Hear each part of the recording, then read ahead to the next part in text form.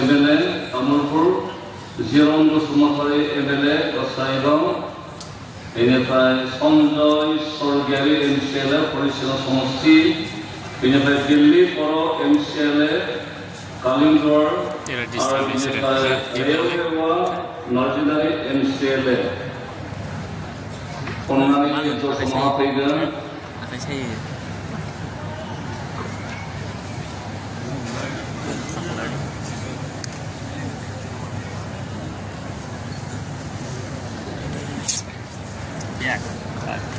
जों इसोरखौ हामबाय होनायजों लोगोसे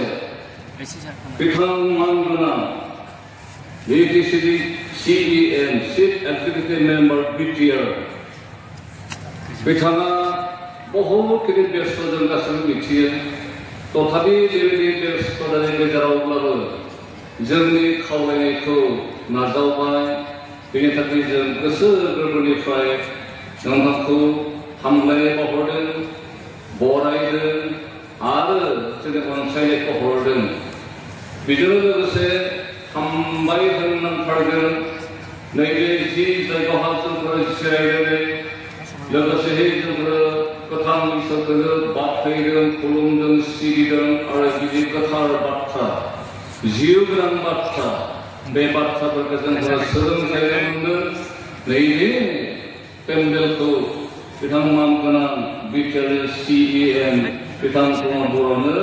बावनानै होदों इसोरा बिथांखौ आशीर्बाद खालामबाय थाथों बिथांनि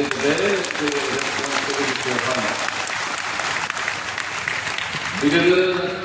जायनि मुंफोरखौ मुंख'बाय बुंफिनबाय थालिया नोंथांमोन साफ्रोमखौबो जोंनि बर' बाप्टिस्ट कनभेन्सननि जानानै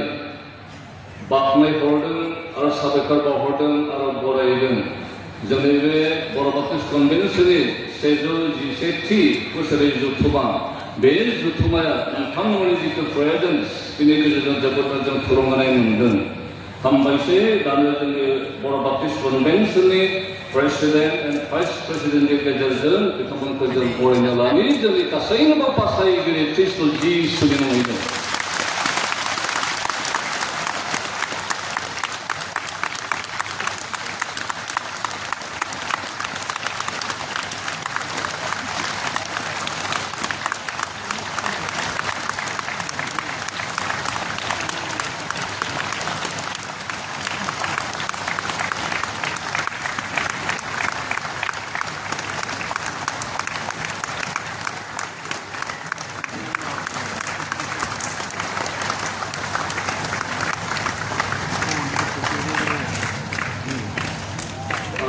माखासेया गावबा गाव सिटआव जिरायहैथ'नो हासिगोन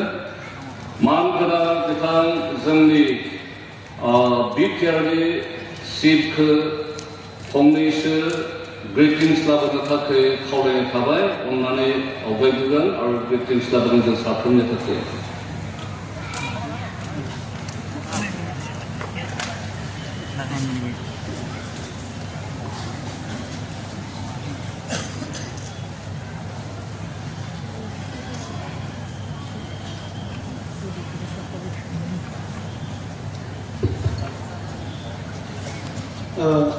खुलुमबाय नमस्कार बे समाव आङो 111थि बर' बेप्टिस्ट कनभेन्सननि दिनैनि बे जोबथा साननि मेहेरगोनां हाबाफारियाव गिबियावनो आङो इसोरनिसिम रोजा रोजा साबायखर बावदों बे गोथार समाव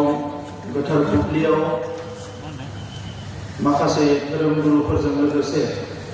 गोबां दैदेनगिरिफोर आरो रायजो राजाफोरजों मोगा मोगि जानो थाखाय खाबु होनायनि थाखाय बे समाव बानजायनाय दिनैनि हाबाफारिखौ बानजायनाय मानगोनां प्रतुल दैमारि BBCनि प्रेसिडेन्ट रेभारेन्ड सुशील दैमारि Executive Secretary BBC, Mr. Binoy Deimari, Vice President BBC, Mr. Nirupan Thaklari, Administrative Secretary BBC, बेजों लोगोसे दिनैनि हाबाफारियाव बाहागो लाफैदों बड'लेण्डनि डिपुटि चिफ आरो उदालगुरिनि एमएलए गोविंद चन्द्र बसुमतारी, बड'लेण्डनि इएम रनजित बसुमतारी,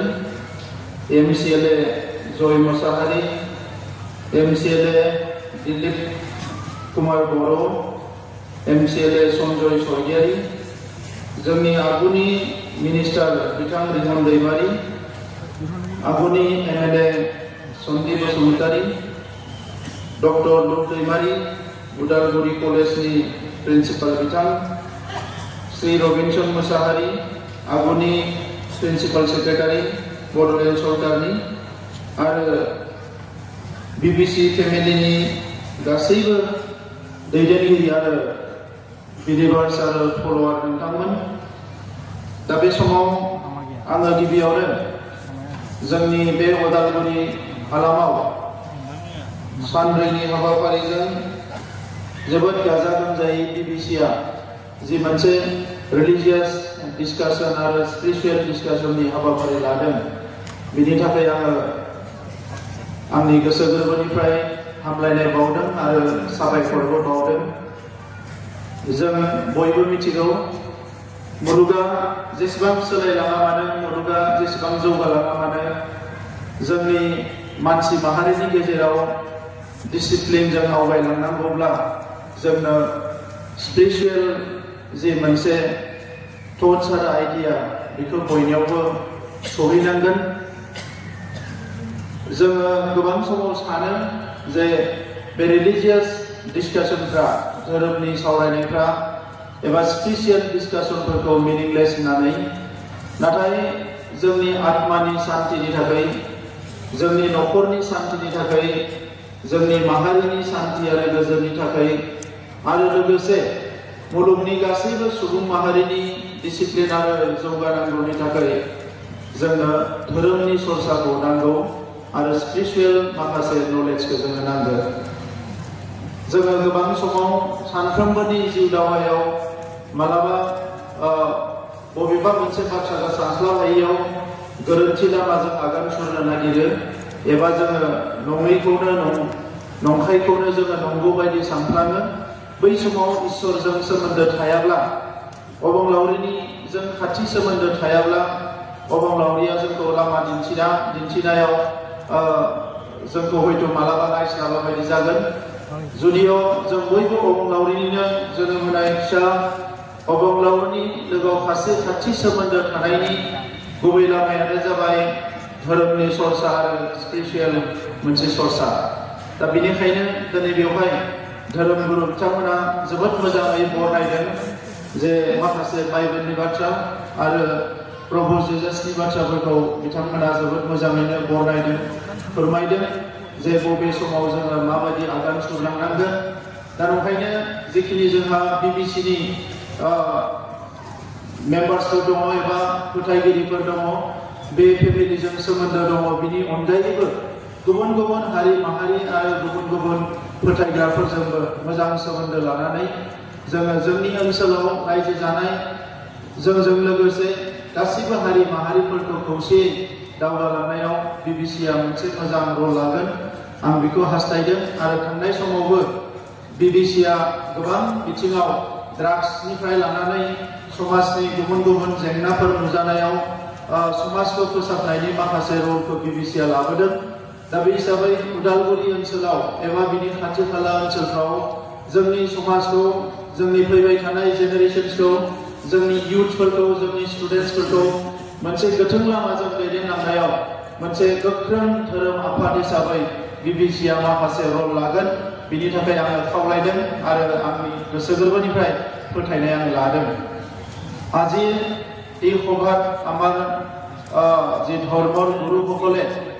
পুৰোহিতসকলে বহুত ভাল ভাল কথা কৈ গ'ল, আমি সকলে বুজি পাইছোঁ আৰু বিশ্বাসত লৈছোঁ।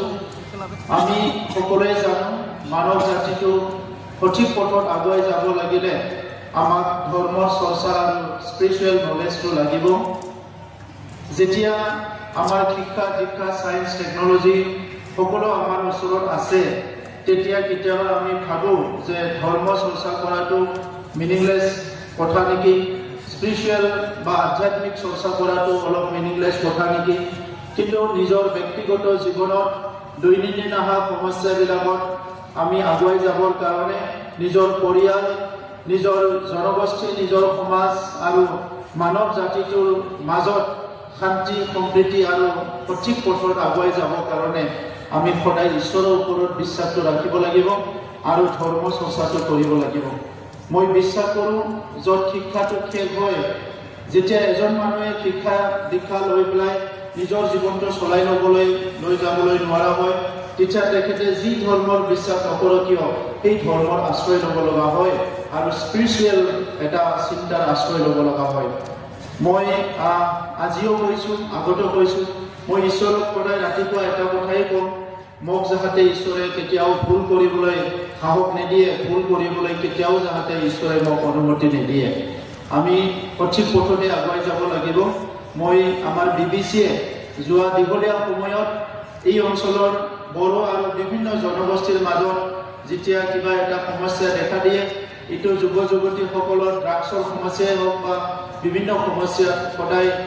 এটা পজিটিভ ৰোল লৈ আহিছে অনাগত দিনতো আমাৰ এই অঞ্চলৰ জাতি জনগোষ্ঠী বিভিন্ন ধৰ্মৰ লোকৰ লগতে সকলো সমাজক আগুৱাই নিয়াৰ ক্ষেত্ৰত আমাৰ বিবিচিয়ে ভাল এটা ৰোল সদায় ল'ব মই সেইটো আশা ৰাখিছোঁ আৰু দীঘলীয়া কথা ক'ব বিচৰা নাই এই তিনিদিনীয়া যি এটা চাৰিদিনীয়া ধৰ্ম আলোচনা আৰু যি আমাৰ আধ্যাত্মিক আলোচনাই এই অঞ্চলত অকল আমাৰ যি বিবিচিৰ বা আমাৰ খ্ৰীষ্টিয়ানসকলৰ বিলিভাৰ্ছৰ বাহিৰে অইন মানুহবিলাকক বহুত লাভান্বিত কৰিব মই সেইটো আশা ৰাখিছোঁ কাৰণ ধৰ্মৰ চৰ্চা এটা অঞ্চলত হ'লেও এইটো বহুত ডাঙৰ অঞ্চলত বিস্তাৰ হয় আৰু ইয়াৰ এটা প্ৰভাৱ সকলো অঞ্চলতে থাকে তো সেইকাৰণে আজি দ্বিতীয় অঞ্চলত সকলো ধৰ্মৰ যিটো প্ৰেয়াৰ সকলোৰে প্ৰাৰ্থনাৰ কাৰণে আমি শান্তি পাবলৈ সক্ষম হৈছোঁ আমাৰ নিজৰ ল'ৰা ছোৱালীক ঘৰলৈ ঘূৰাই অনাত আমাৰ সক্ষম হৈছোঁ অনাগত দিনতো আমাৰ মা দেউতা ভাই ভনীসকল দাদা ভাইসকল সকলো মিলি বিটিআৰ অঞ্চলত শান্তি সম্প্ৰীতিৰে থাকিব পাৰে আৰু আমাৰ শিক্ষা দীক্ষা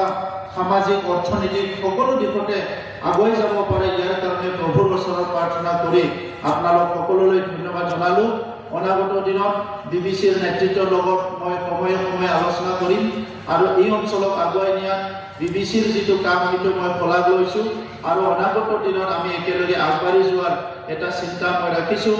যোৱা সময়ত বিবিচিয়ে কিছুমান কথা কৈছিলে এইটো ঠিক কৰিব লাগে সেইবিলাক আমি দায়িত্ব লৈছোঁ অনাগত দিনতো আমি এই সমস্যাবিলাক একেলগে কথা পাতি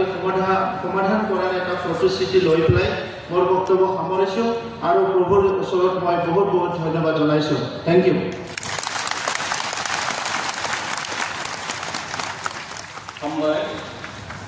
दानो आरो माखासे